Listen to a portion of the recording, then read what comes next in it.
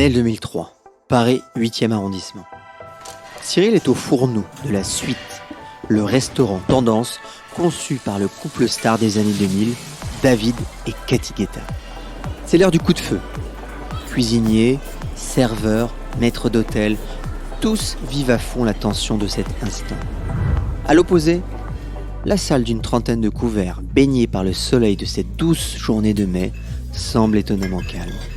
Les convives déjeunent tranquillement et la décoration cosy du lieu résonne du murmure paisible des conversations. En cuisine, Cyril est absorbé tout à son tartare de thon rouge à la vinaigrette qu'il finit de dresser. Il est d'autant plus concentré que la cuisine est bruyante et que le jeune chef de 26 ans est encore hésitant sur la façon de gérer le restaurant. Devenu chef cuisinier seulement quelques mois auparavant, il manque encore d'assurance. Ce jour-là donc, l'attaché de presse des Guetta déjeune avec une amie. Cyril la connaît. Il se sent donc obligé d'aller la saluer et ce faisant, il enchaîne avec les autres tables. D'un naturel timide, Cyril n'aime pas quitter sa cuisine. L'attaché de presse et son ami observent le balai gauche du jeune homme entre les tables. Enfin, Cyril regagne sa cuisine, soulagé. Le calvaire de la représentation est fini. À la fin du repas, l'attachée de presse le rappelle à sa table. Elle souhaite présenter son amie à Cyril. La femme qui l'accompagne se présente. Bibiane Godefroy, productrice pour la télé. De but en blanc, elle s'adresse à Cyril. « Est-ce que vous aimeriez faire de la télé ?» Cyril reste interloqué. Lui, le grand timide avec à peine quelques années d'expérience en grande maison, mais que diable va-t-il faire à la télé ? Cette rencontre va décider du reste de sa vie. Je vous emmène aujourd'hui sur les pas de Cyril Lignac, ou comment un Aveyronnais timide a construit un empire gastronomique, comment il s'est transformé en un entrepreneur à succès et comment il a pris la tête d'un groupe de plus de 150 collaborateurs.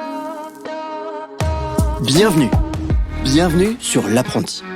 L'Apprenti, c'est quoi ? C'est le podcast où je vous raconte des histoires d'entrepreneurs et d'entreprises qui nous inspirent, qui vous inspirent. Ces histoires, c'est moi qui vous les raconte, simplement, sans phare, avec tous les détails. Rien ne vous échappera. Je m'appelle Laurent Brohat, je suis moi-même entrepreneur, j'ai créé et revendu ma boîte en 10 ans. Et c'est toute une histoire.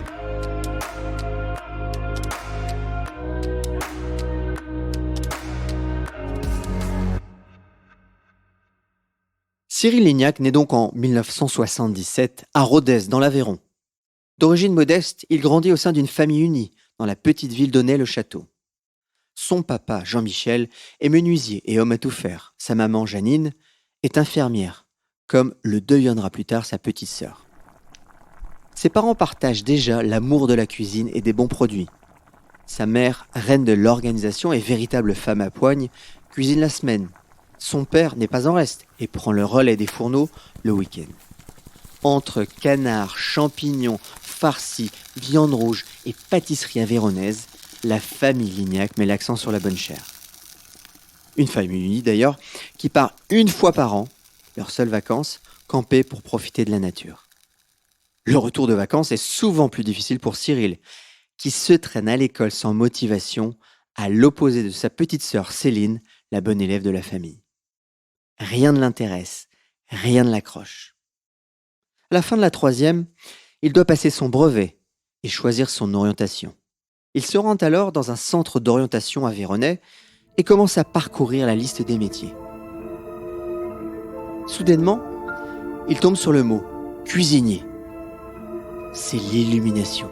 Il se dit « Mais oui, mes parents nous procurent beaucoup d'amour et de tendresse avec la nourriture. Les cuisiniers inspirent l'amour. C'est ça que je vais faire. » Il rentre chez lui et sans prendre le temps de poser son sac, il annonce à sa mère « Je veux être cuisinier ». Sa mère le regarde, émue, puis fond doucement en larmes. Cyril, arrêté dans son élan, la regarde inquiet. Mais sa mère lui glisse alors dans un grand sourire à travers ses yeux mouillés. « Je pleure parce que je sais que c'est ça que tu vas faire. » Cyril continue alors ses études, et avec plus d'entrain cette fois. CAP de cuisinier à Rodez, qu'il enchaîne avec un CAP de pâtissier. Il veut maîtriser toute la cuisine, de l'entrée au dessert en passant par les plats. Même si sa préférence porte sur le sucré auquel il voue un amour inconditionnel, comme celui d'ailleurs qu'il voue à sa mère et ses gâteaux. Je viens d'un cursus traditionnel, Mhm. c'est-à-dire que j'ai fait le lycée hôtelier, j'ai eu mon CAP et mon BEP de cuisine. Ensuite, j'ai passé un CAP de pâtissier, glacier, chocolatier, confiseur à la Chambre des métiers, un apprentissage dans un hôtel. Ouais. Et ensuite, j'ai continué au restaurant des Sœurs Fage-Galtier dans l'Aveyron Ouais. pour faire un brevet professionnel. Le 25 décembre 1996, Cyril a donc 19 ans. Il finit son CAP pâtissier et tombe par hasard dans un magazine culinaire sur le restaurant du Vieux-Pont, tenu par Nicole Fage-Galtier et son mari Bruno Rouquier. Le seul restaurant une étoile Michelin, qui plus est, à seulement 20 km de chez lui dans l'Aveyron. Sur un coup de tête, Cyril appelle le restaurant et réserve le soir même. Sans hésitation, il décide d'utiliser les 500 francs que vient de lui donner sa grand-mère. Il suit son intuition, sans pour autant l'assumer complètement.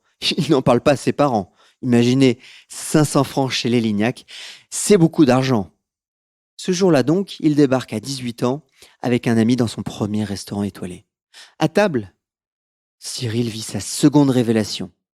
Il veut lui aussi créer cette cuisine raffinée où les goûts explosent en bouche. Malgré son manque de confiance et sa peur, Cyril est tellement marqué par son repas qu'il fait quelque chose dont il ne se serait jamais cru capable.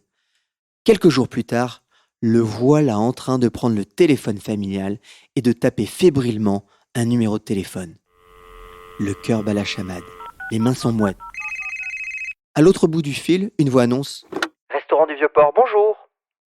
Cyril prend son courage à deux mains et demande à parler à Nicole. « Bonjour madame, je suis un des deux jeunes qui sont venus manger hier soir. Je voulais vous dire que j'ai adoré, que je voudrais faire un apprentissage en brevet professionnel chez vous. Je ne veux pas travailler tout de suite, j'ai besoin de continuer à me former pour devenir commis. Je sais qu'après un CAP de cuisine, un CAP de pâtisserie et 2 ans chez vous, je pourrais aller travailler dans un restaurant. » Nicole refuse. Cyril insiste, relance.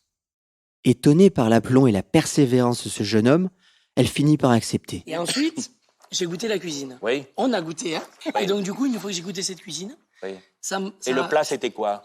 Alors, il y avait un craquant de cèpe à la crème d'ail, il y avait du pigeon, Ouais, peut-être. il y avait du foie gras poêlé. Voilà. Mais c'est pas vrai. Et donc, du coup, je suis rentré chez mes parents et j'ai dit, je veux aller en apprentissage là-bas. Alors, comme j'avais déjà un peu de courage, j'ai pris le téléphone et j'ai appelé Nicole et j'ai dit, voilà, je suis venu manger chez vous hier Oui. et j'ai envie de faire un apprentissage. Elle m'a dit, mais je prends pas d'apprenti. Eh bien, je lui ai dit, le changement, c'est maintenant. Septembre 1997, sa formation commence. Premier pas vers un nouveau destin, la gastronomie étoilée. Cette formation change son parcours et son destin. Elle l'introduit à la haute gastronomie.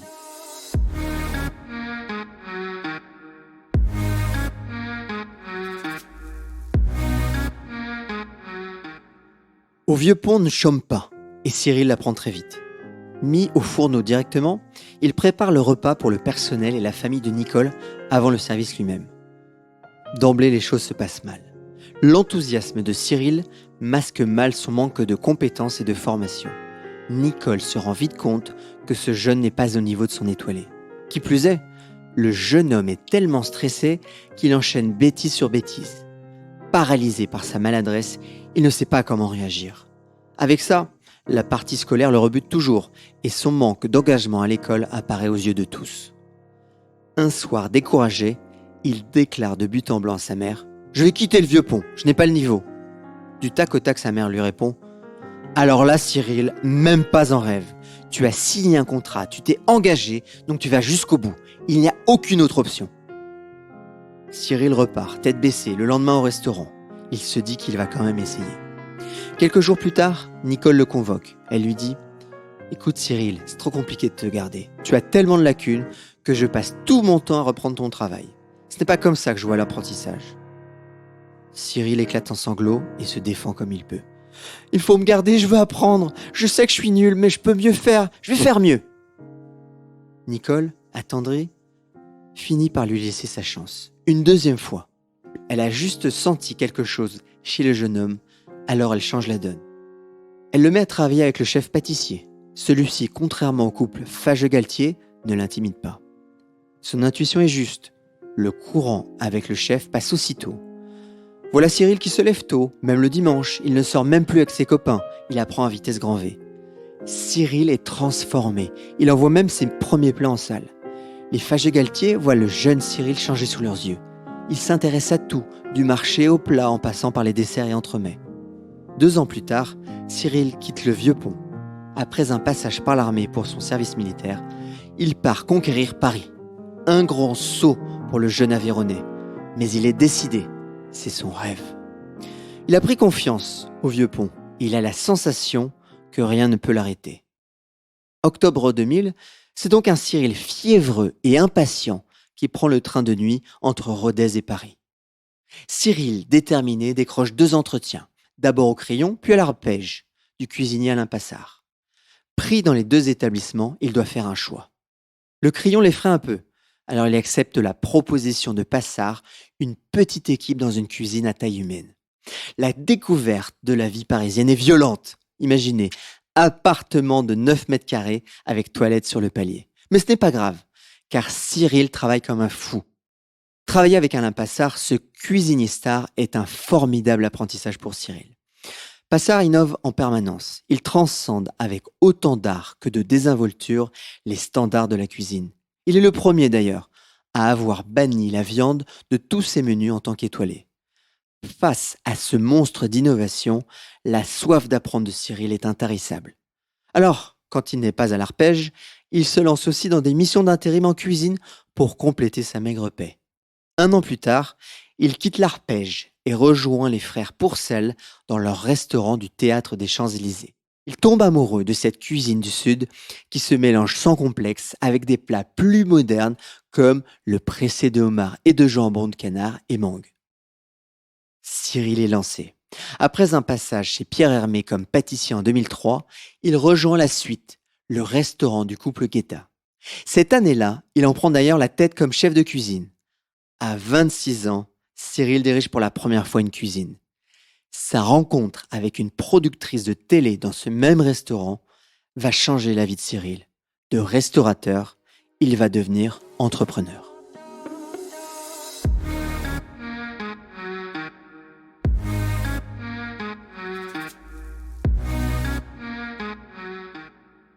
Après avoir observé Cyril Lignac en action, Bibiane Godefroy est persuadée qu'il sera parfait pour son nouveau programme. Produit Jamie Oliver à Londres et qui donc une société internationale et veut produire le Jamie Oliver en France. Ah, c'est ça, c'est le projet de WeChef. C'est le projet de WeChef. Et la fille, c'est Bibiane Godefroy. C'est Bibiane Godefroy là. Et donc du coup, moi je veux pas faire de la télé.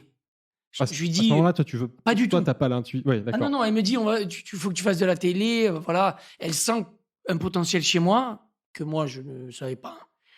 Et il faut se remettre dans un contexte qu'il y a 15 ans en arrière, j'étais hyper timide. On a beaucoup de mal à y croire aujourd'hui. Celle que Stratégie couronnera 2 décennies plus tard, reine du casting, comprend le fabuleux potentiel de Cyril. Une équipe filme d'abord Cyril sur place, puis il est longuement interviewé dans les bureaux de M6. L'entretien se passe mal, très mal même. Mené comme un véritable interrogatoire, la situation déboussole Cyril. Au bout de 20 minutes, il se lève et met fin à l'échange. Heureux dans son job, il n'en demande pas plus. En face, les responsables du nouveau programme de M6 sont dubitatifs. Cyril n'a pas la gueule de l'emploi. Trop grand, trop maigre, trop d'accent, trop jeune. Mais Bibiane ne se laisse pas impressionner par ses retours. C'est lui qu'elle veut. Et ce qu'elle veut, elle l'obtient. M6 finit donc par proposer un contrat à Cyril, qui démissionne de la suite. Fin août 2004, le tournage démarre. L'émission WeChef suit l'ouverture d'un nouveau restaurant où le chef cuisinier donne sa chance à des jeunes sans formation. Cyril ouvre donc son restaurant, le 15e, en même temps que démarre le tournage télé. Sans fonds propres, il peut le faire grâce à un financier extérieur et l'aide de M6. Finalement, il obtient 20% des parts du restaurant. Hélas, les premiers tournages sont catastrophiques. Cyril, emprunté, bafouille. Il apparaît mal à l'aise devant la caméra. Mathieu Jean Toscani, le responsable du tournage, recadre gentiment Cyril, qui, encouragé, finit par se lâcher. Après 4 mois de tournage, l'émission est diffusée en janvier 2005. C'est un carton monumental avec presque 5 millions de téléspectateurs en 5 épisodes. Cyril devient du jour au lendemain une star. Le jour de l'ouverture du 15e d'ailleurs, une foule compacte l'acclame à la porte même du restaurant. Dans la foulée du tournage, il publie son premier livre en lien avec l'émission Oui Chef. Mais cette célébrité a un prix pour Cyril. Une partie de la profession se détourne de lui. Lui, le cuisinier sorti de sa cuisine. Beaucoup de chefs étoilés le regardent avec mépris. Ils le considèrent comme un cuisinier de la télé. Cyril a donc d'autant plus la pression pour faire du 15e une réussite. Un pari qu'il réussit grâce à une cuisine simple et raffinée, à l'image de son tartare de dorade à la mangue avec sa vinaigrette de vanille. Mais Cyril Lignac fait plus que réussir dans les années qui suivent. Il construit un véritable empire culinaire.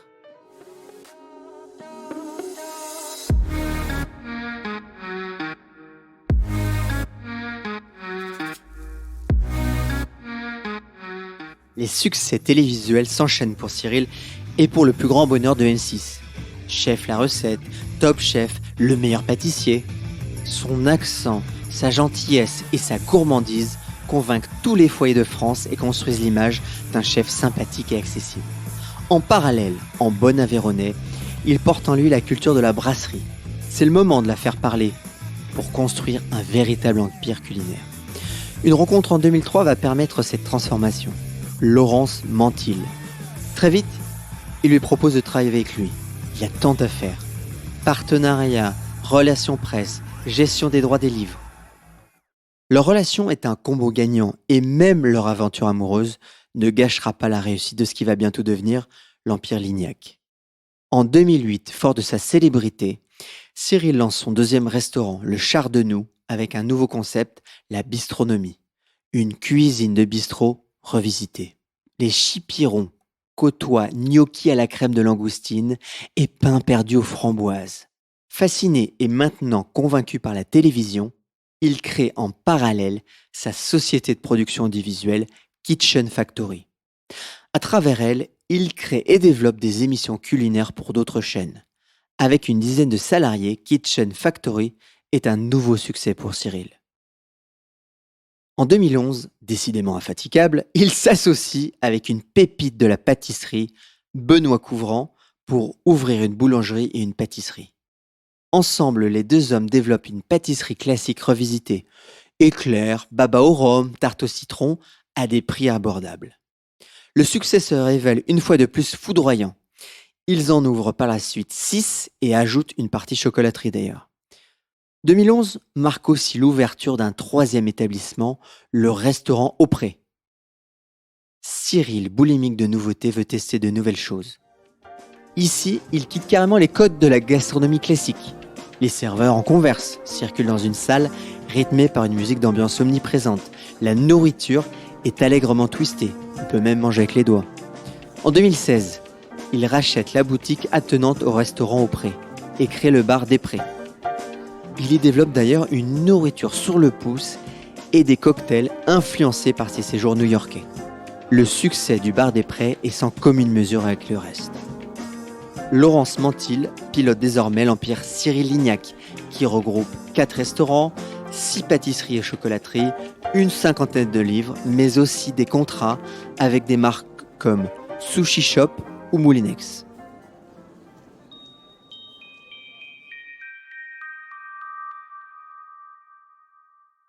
Le groupe Cyril Lignac compte aujourd'hui plus de 150 collaborateurs pour un CA compris entre 10 et 15 millions d'euros.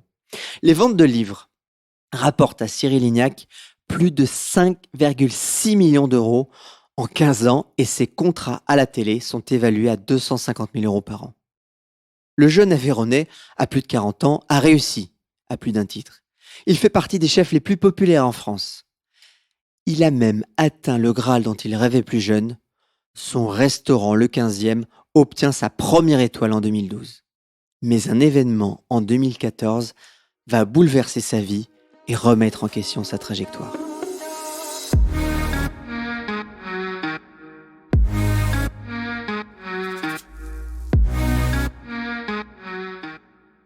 En 2014, Cyril se pose des questions. La deuxième étoile pour le 15e n'arrive toujours pas. Il a l'impression de plus grandir. Les premiers doutes s'immiscent. Que va-t-il faire maintenant? Poursuivre? Et pour aller où? Le message qu'il reçoit à New York va décider de la suite. Sa mère vient d'avoir un AVC. Effondré, Cyril traverse à nouveau l'Atlantique. C'est sa mère, son phare. Celle qui lui a donné l'amour de la cuisine. Celle qui savait ce qu'il deviendrait. Je vais te cacher, je suis assez hypochondriaque. Ouais. Vous avez perdu votre maman, c'était en 2014, hein, Ouais. il n'y a pas très longtemps, elle était toute jeune. Quelle relation vous aviez tous les deux? Ah, c'était la femme de ma vie. C'est vrai, Et- vous diriez ça? Ah oui. C'était fusionnel. C'était fusionnel, on se comprenait. Elle avait beaucoup de caractère, moi aussi. On est scorpions tous les deux. Il y avait des ça étincelles faisait des parfois. étincelles, mais elle m'a toujours accompagné, toujours encouragé.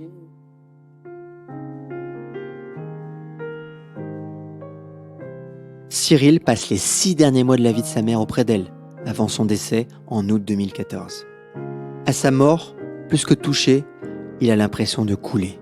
Pendant longtemps, il ne peut ouvrir les albums photos et le livre de recettes de sa mère.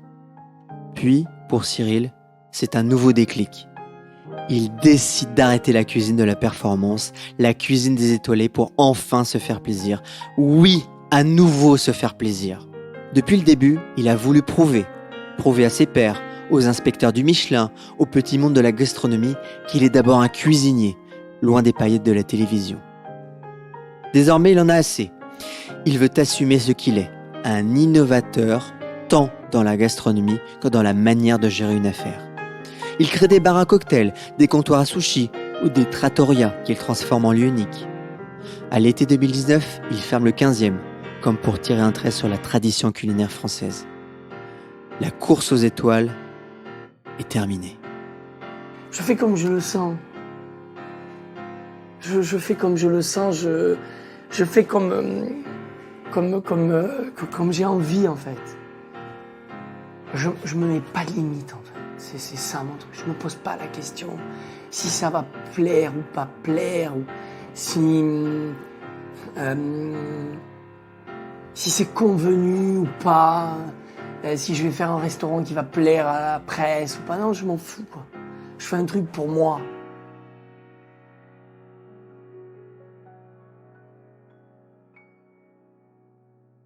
Ces nouveaux concepts cartonnent et s'avèrent extrêmement rentables.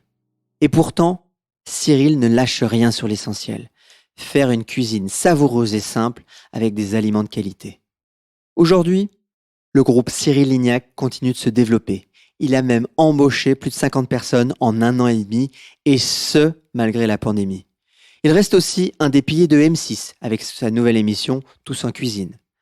Le phénomène Lignac ne semble pas prêt de s'arrêter. Le nouveau a besoin d'amis. Hier soir, j'ai vécu une expérience inédite et dégusté un plat extraordinaire d'une origine singulière s'il en est. Avancer que ce plat et son créateur ont radicalement changé l'idée que je me faisais de la grande cuisine serait peu dire. Ils m'ont bouleversé au plus profond de mon être.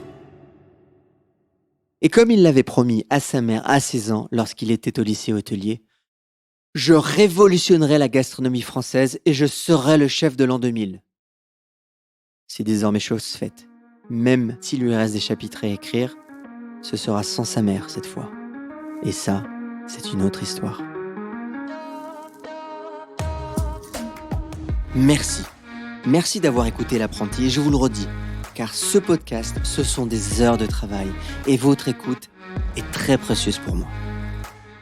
Je ne pourrais continuer ce travail de fond sans votre aide. Si vous pouvez laisser un commentaire ou même 5 étoiles, je vous en serai très reconnaissant.